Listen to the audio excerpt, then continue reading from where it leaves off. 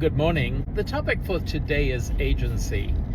I was having a conversation with a client 2 days ago, and the reason that they're coaching with me is they're feeling like they need to make a move from their current position. When they joined the company they work for, they really loved it, and now they don't love it as much, and they're feeling that kind of itch and urge to move on, but they can't figure out what the first step should be or how to take a step.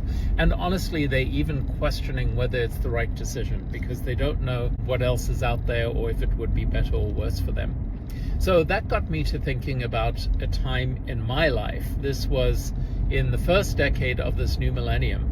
I was working for a public company. I had a pretty big role with the company, but things had changed dramatically. The focus of the company had shifted, and honestly, I was having a great deal of difficulty with where we were going with the shift. And I began thinking to myself that maybe it's time to move on. Maybe it's time to end my career with that company and then find something else to do. But I didn't do it.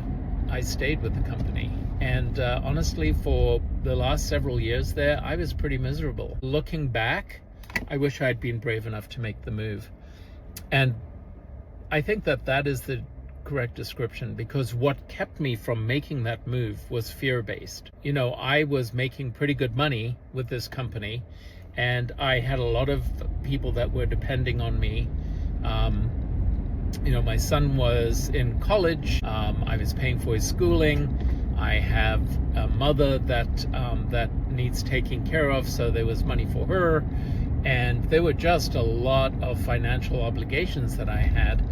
And honestly, the one thing that job did for me was that it allowed me to pay all those bills every month. And it was pretty scary to think that if I left, I might not be able to replicate that salary. There were a lot of unknowns in it. So I let fear guide me. And I would say to myself, I have no choice but to go to work here. I have no choice but to continue with this company. Well, none of that was true. None of that was true. I wish I'd recognized it at the time, but sometimes it takes longer in life to figure things out. So working with this client, we explored why words matter. What you tell yourself matters. I was telling myself, I don't have a choice. I have to keep working at this company. I'm scared to make a change. Those were the words that I was telling myself. And when we tell ourselves that, then we manifest it. We create that in real life. I would say the important thing is to maintain agency, to maintain sovereignty, to not cede control. Because by me saying I have no choice, I have to do this, I was ceding my agency, my sovereignty to outside forces, and I was not maintaining them myself. So how would I have done things differently? Well, one thing is by working with the idea that I have choice. I choose to go to work today because I choose to receive the paycheck so that I can choose to pay my bill.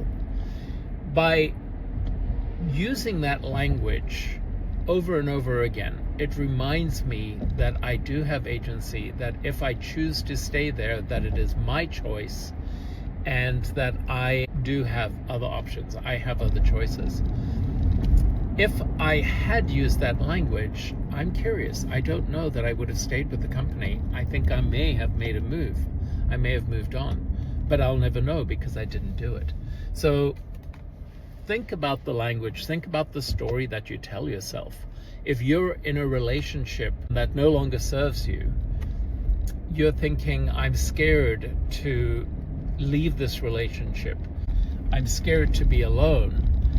When you tell yourself that, then you're ceding power, and you're no longer able to maintain agency or sovereignty for yourself. So what if you switch that language? I choose to be in this relationship, even though I know it makes me uncomfortable. I choose to be in this relationship.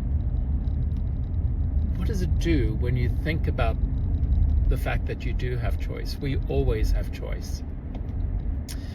Let's take an example of a client that I've worked with, that he's afraid to come out. He knows that he's gay, but he's afraid to come out. And the reason that he gives is because it might upset his family. By choosing to not come out to your family, you are choosing that they will never know who you really are, that they may leave this lifetime without ever knowing who you really are. And yes, is there risk? Absolutely. I have known gay people that have come out and they have been rejected by their family. But you know what? They're happier, or they're more comfortable, because they're being true to themselves. They are living their truth. When you're living a lie, when you're living a deception, when you're choosing to not be who you are, is that really how you want to live? So think about the language. Think about what you tell yourself. What are the stories that you tell yourself every day? Put some down in the comments here, and if you'd like some help with reframing, let me know. I will help you to reframe that thought to be something that is more honest and allows you to maintain sovereignty and agency. Have a beautiful day.